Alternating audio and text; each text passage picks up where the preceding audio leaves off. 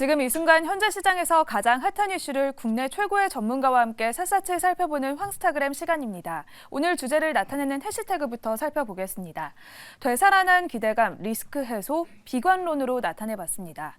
비트코인이 5천만 원 선을 회복했습니다. 바이낸스의 사법 리스크가 일단락되면서 비트코인 현물 ETF에 대한 기대가 다시 되살아났습니다.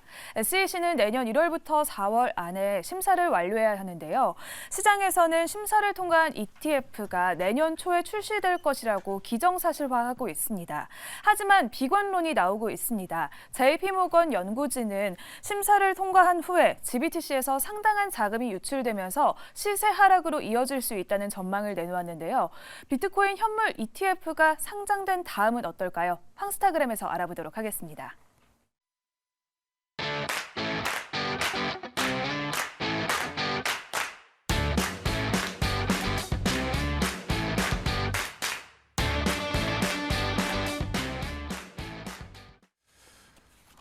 네, 급변하는 시장을 진단하고 그에 따른 대응 전략을 세워보는 시간, 황스타그램 시간입니다.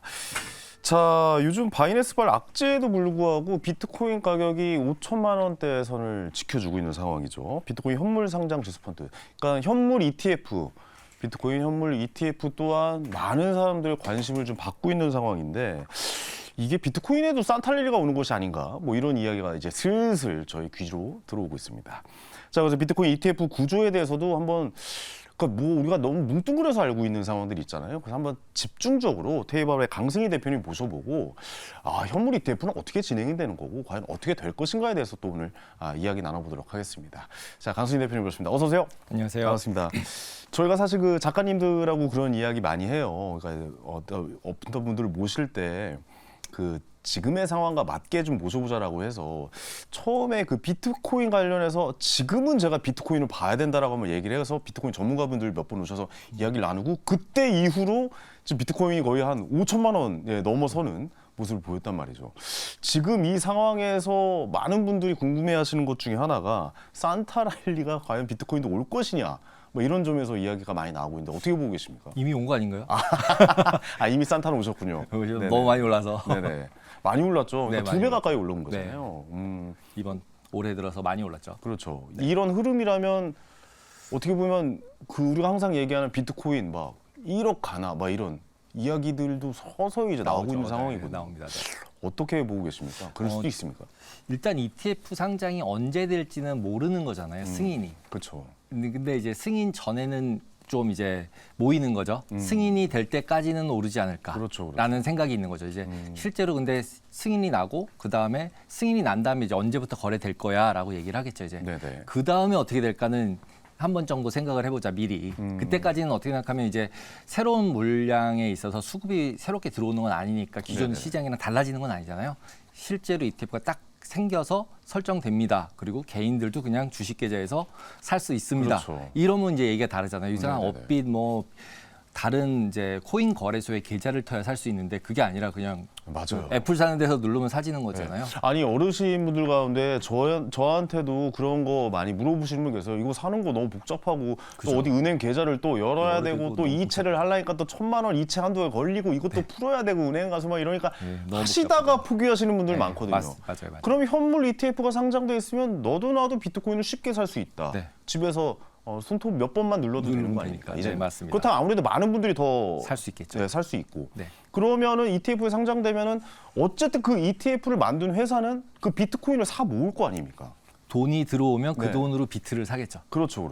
그런 상황이 되면 아무래도 비트코인을 사는 사람이 수급이 좋아지는 거죠. 네, 네. 그런 상황이 올 수도 있을 것 같은데, 자 그렇다면 이 현물 ETF 지금 상황들은 어떻게 진행되고 있는지도 좀 궁금해요. 지금 이 현물 ETF는 블랙락에서 처음에 이제 딱 제출한 게 제일 컸죠. 네네네. 블랙락이 너무 센 데여서. 엄청나게 큰 회사니까요. 네, 너무 센데 쟤네가 넣었으면 해줄 거야. 그럼요. 이상한 데가 넣었으면 쟤는 아닌데 네. 이 블랙락이 넣었으니까. 맞아요. 그러면서 얘기 딱 나오기 시작을 하는 게 기관 투자가들도 그래서 관심을 보인다. 음. 왜냐하면 비트코인의 문제는 주식이나 이런 건 이제 보관하는 은행들이 있고 이래서 안전하다고 생각이 드는데 비트코인 어디다 보관해야 될지조차 일단 모르겠잖아요. 그렇죠. 내 계좌에 있다고 했을 때 그 거래소가 망한 적도 있었고 그러다 보니까 이제 기관 투자가들 그런 게 복잡해서 싫어 그랬는데 이제 블랙락에서 그런 모든 안전 장치를 다 풀고 어디에 보관하고 있어 이런 게 다 나오게 되면 네. 기관 투자가들도 관심을 보일 것이고 그다음에 그러다 보면 자금이 유입되잖아요. 그럼 돈이 들어오면 그 돈으로 비트를 사야 되니까 그러니까 이제 오를 거라고 생각을 하는 사람들이 많아진 거죠. 네네네. 그리고 기관들은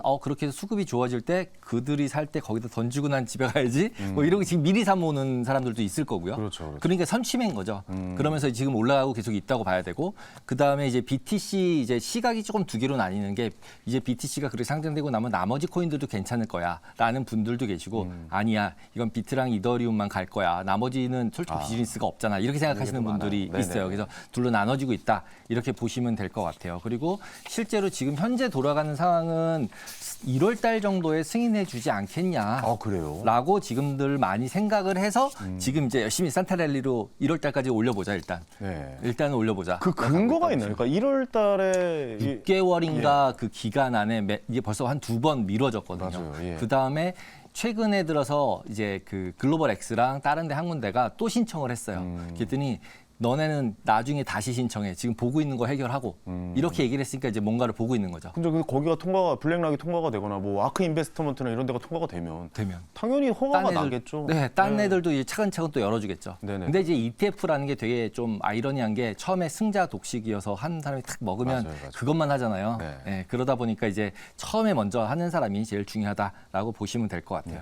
블랙락에서는 아무래도 좀 이 비트코인에 대한 기대도 좀 있는 것 같습니까? 회사 내에서? 기대는 있는 것 같아요. 네네네네. 그게 이제 이유가 되는 게 뭐냐면 보통 이제 공부를 하셨으니까 자산 배분이라는 걸 하잖아요. 네네. 그럴 때는 상관관계, 두 개의 관계가 좀 적은 자산을 조금 집어넣으면은 리스크 대비 수익이 좋아진다. 이게 교과서에 나오는 네네네. 실질적인 내용이고 그러다 보니까 결과론적으로는 비트코인은 상관관계가 없잖아요. 주식이랑. 네네네. 그러니까 결국은 유동성만 잘 받쳐주고 없어지지만 않는다고 치면 변동성도 있고 상승할 때도 잘 올라가고 하니까 한 뭐 5%, 3% 정도는 전체 자산에서 집어넣어 주면은 리스크 대비 리워드가 좋아진다라는 것 때문에 자산 배분 내 편입이 될 거라는 기대가 제일 큰 것 같아요. 그래도 자산이 많은 분들은 어느 정도의 자산을 위험하니까 비트코인에도 어느 정도 이렇게 할당하는 게 네. 맞는 자산 배분일 수도 있잖아요. 리스크를 배분을 해주는 그렇죠. 거죠. 예. 사실 그 비트코인의 탄생 배경도 서브프라임 모기지론 이후로 이후에 생긴 게 비트코인이기 네. 때문에 이런 경제 위기나 이런 화폐에 대한 위험도를 비트코인이 상쇄해 준다. 줄 수도 있다. 뭐 그렇죠. 이렇게 지금 얘기들을 많이 하고 있죠. 그런 의미로 쓰이는 거기 때문에 재밌어질 것 같아요. 저도 굉장히 좀 흥미롭게 좀 지켜보고 있긴 하거든요. 네, 근데 이제 제가 이제 오늘 이제 말씀을 드리려고 그랬던 가장 큰 요인 중에 하나는 그 ETF예요. 네. ETF 설정 환매 우리도 뭐 매매 많이 하잖아요. 미국 주식이건 한국 주식이건 이제는 그럼요. 예. 다 ETF 엄청 많이 하니까. 근데 그 뒷단에서 일어나는 일들에 대해서 저희가 좀 잘 모르는 부분들이 재밌네요. 있는 것 같아요. 예, 예. 그래서 한번 그걸 이제 주식 시장, 선물 시장, 또 ETF가 밖에서 일어나는 시장 이렇게 세 개로 나눠서 네네네. 일단 주식을 기준으로 한번 봐보도록 하겠습니다. 네네네. 그래서 일단은 코덱스 200 제일 거래 많이 되니까 그렇죠. 코스피 200 ETF니까 그걸 기준으로 해서 보려고 그래요. 그래서 한쪽은 주식 시장, 그다음에 한쪽은 선물 시장이 있어요. 왜 주식인데 선물을 얘기를 왜 하냐라고 얘기하실 수 있는데 ETF하고 선물하고는 뗄래야 뗄 수가 없어요. 그러니까요. 왜냐하면 그 시장 조성을 하는 사람들이 ETF를 시장 조성하면서 ETF를 사고 선물을 팔고 선물을 팔고 ETF를 사고 이런 일을 계속해요. 아니 그러니까 이게 이 비트코인도 선물은 허용이 되는데 현물을 허용을 안 한 게 이게 문제가 되는 거 아니겠습니까? 결국에는. 그게 이유가 뭐냐면 네. 말씀을 드릴 건데 현물을 가져와서 ETF 줘. 그럼 ETF를 줘요. 네.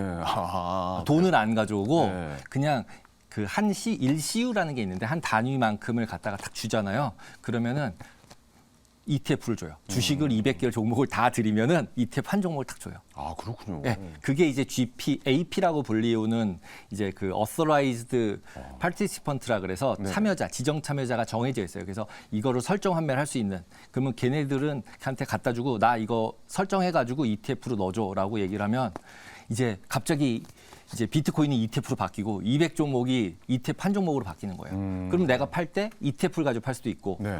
그거를 또 싫어. 그러면은 그걸 다 부셔요. ETF 다 부셔서 다시 운용사에 가서 그냥 그거 다 주식 200개로 줘. 그럼 200개로 바꿔줘요. 그러니까 왔다 갔다가 다 되는 거죠. 네네네. 네. 그러다 보니까 지금 ETF에서 결정을 못 하고 있는 부분이 저는 그 부분 때문에 결정을 못 하는 것 같아요. 비트코인 ETF는. 그렇군요. 왜냐하면 비트코인을 많이 가지고 계신 분이 돈은 없으실 거 아니에요. 그렇겠죠. 비트를 많이 가지고 계시니까. 비트를 다 샀겠죠. 다 사서 네네네. 많이 이제 수익이 많이 난 상태니까. 네. 근데 엑시트를 못 하겠잖아요. 근데 이제 매수세가 들어올 것 같잖아요. 지금 분위기를 보면. 근데 뭐 이제 매수가 있으니까 팔 수 있어지잖아요. 근데 그렇죠. 비트로는 못 팔잖아요. 그러니까 운용사에 가서 이거 비트나 ETF로 바꿔줘. 아, 주식으로 줘요. 주식으로 많이 줘. 되는 거군요. 그래놓고 주식에다 갖다 던지면 일단은 주식시장 기준으로 보면 수급이 꼬였죠. 네, 매도만 왕창 많이 있잖아요. 그렇겠네요. 원래는 돈이 들어와서 이 비트코인을 사서 올리기로 했던 건데 그러니까 먼저 이제 살 사람들한테 돈을 받아서 이 비트코인을 사야 되는 건데 미리 비트코인을 블랙락이나 뭐 이런 데를 사야 되니까 네. 선점을 해야 되니까. 선점을 해야 되니까 네네. 그거를 갖다가 지금 미리 사서 지금 이제 자기네들이 가지고 있을 수도 있는 거고 네네. 관련 기관에서. 근데 그것 말고 나머지 고래들 진짜 옛날부터 가지고 있었던 사람들이 블랙락에 갖다 주고 나 이거 ETF로 바꿔줘 그러면 설정해 주면은 바꿔주겠죠. 운용 보수를 받으니까 네네네. 예, 블랙락 운용 보수를 받으니까 AUM대로 그러면 이게 상장이 되죠. 그러면 그 물량이 매도를 쳐서 나올 수도 있는 거죠. 그럴 경우를 대비를 한다고 생각을 하면 일단 비트코인 이제 승인이 나는 걸 되게 좋아하고 기다리면서 올라가는 갈 수 있는데 네네. 승인이 나고 그다음에 실제 거래되는 일자 근처로 갔을 때는 일단 포지션을 정리해야 되지 않을까? 네. 뭐 이런 생각이 개인적으로는 좀 듭니다. 아니 근데 저는 좀 그래도 이게 나라에서도 인정을 결국 해야지 가능한 일들이잖아요. 그럼요. 네. 그러면 그 비트코인은 보관을 예를 들어 블랙락이라면 블랙락이 가지고 있는 보유하고 있는 겁니까? 블랙락이 지정한 보관소가 있을 거예요. 아, 보관소가 커스터디. 따로 있다? 네. 은행과 같이 크레딧이 되게 좋은 곳. 아. 비트코인에 이걸 네가 보유해야 된다. 예를 들면 주식 같은 경우는 외국 같은 경우는 이제 스테이트 스트리트 은행이라고 이제 보관만 하는 은행들이 있어요. 네네네네. 그래서 굉장히 크레딧이 좋아요, 신용도가. 그래서 그걸 보관만 해주고 있는 은행들이 아주 적은 수수료를 받으면서 보관만 해요. 네네. 이제 우리나라 같은 경우는 이제 예탁원들이 그런 일을 하지만 채권들 같은 경우는 이제 보관 은행들이 있거든요. 네. 그래서 이제 펀드들도 저희가 모르지만 보관 이제 회사가 따로 있고 오퍼레이션 해주는 회사 따로 있고 되게 복잡해요. 그래서 그런 부분들이 다 이제 똑같이 적용이 된다고 가정하면 주식시장이랑 똑같이 적용이 된다고 가정을 하면 네. 선물시장, 주식시장, 코인시장 세 개가 이제 막 연동돼서 그러네요. 움직이겠죠. 어디 하나가 무너지면 큰일 나는 일이 네, 발생하니까 할 가능성이 있죠. 그 이 말은 그럼 제도권 안으로 완벽하게 들어올 수 있는 게 바로 현물 ETF가 비트코인 생기면이네요. 네, 맞습니다. 그럼 가정이. 네, 가정이. 예. 그래서 자꾸 현물 ETF를 왜 이렇게 자꾸 언급을 하고 사람들이 중요시하게 그래요. 보냐라고 네네. 보면 이게 들어오는 순간 이제 확실하게 자산으로서 자리매김을 할 수 있어지는 거죠. 네네네. 법적으로나 뭐 그렇죠. 모든 부분, 제도적으로나. 옛날에 이렇게 무시하면서 뭐 근데 이런 거에서 잘못 이제 뭐가 생기면 이게 경제 위기로 오게 되니까 네. 이런 걸 관리를 이제 큰 회사에서 알아서 잘 하게끔 만들어 주겠다라는 생각도 들기도 하네요. 네, 맞습니다. 예. 그래서 제도를 정비하고 있다라고 보시면 되고 홍콩 같은 경우는 그걸 제도를 정비했는데 이런 ETF를 할 때 제가 말씀드린 것처럼 ETF 가져서 그러니까 비트코인 가져서 ETF 가져간 다음에 팔까 봐 네.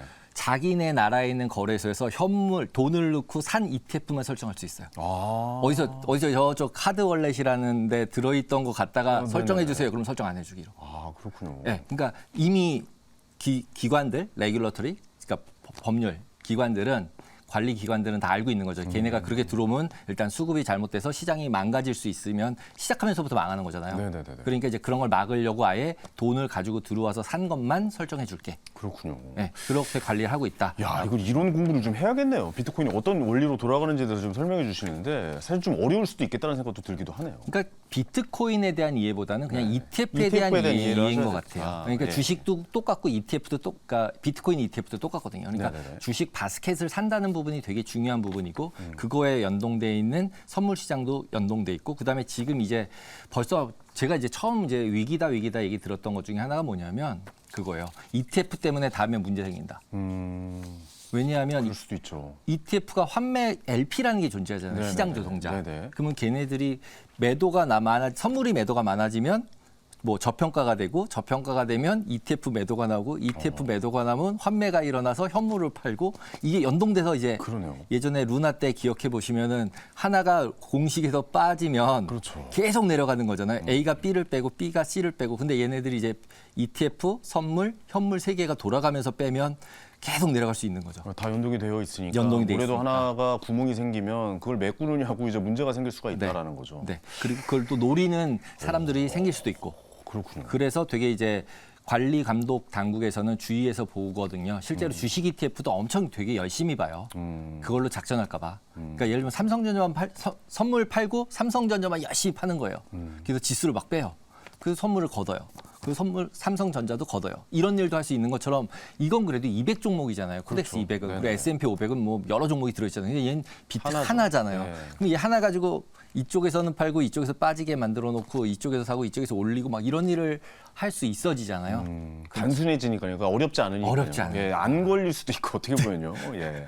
아주 복잡스럽고. 그러니까 와, 그렇네요. 그래서 그래서 좀 생각을 좀 해봐야겠네요, 진짜. 네, 이 그래서- 문제에 대해서는. 예. 그래서 현물 ETF가 생긴다는 거를 이걸 왜 이제 제가 뉴스를 들고 들어왔었냐면 자꾸 현물 ETF가 생기면 무조건 올라갈 거야라고 모든 사람들이 너무 생각을 한다는 거죠. 다 그렇게 생각합니다. 네. 예. 그러니까 그때까지는 올라갈 수는 있을 것 같아요. 제가 생각해도. ETF 내일부터 생깁니다 하기 전날까지. 네. 어. 내일 상장돼서 거래됩니다 할 때까지. 그리고 거래됩니다 하면 또 처음엔 좀 이제 축포를 쏴야 되잖아요. 그렇죠. 그러니까 이제 한 뭐 2, 3일은 좀 좋을 수 있지만 네. 만약에 지금 제가 말씀드린 대로 현물이 들어오면 현물로 설정을 해주면 현물이 비트코인 가져오면 내가 ETF 줄게.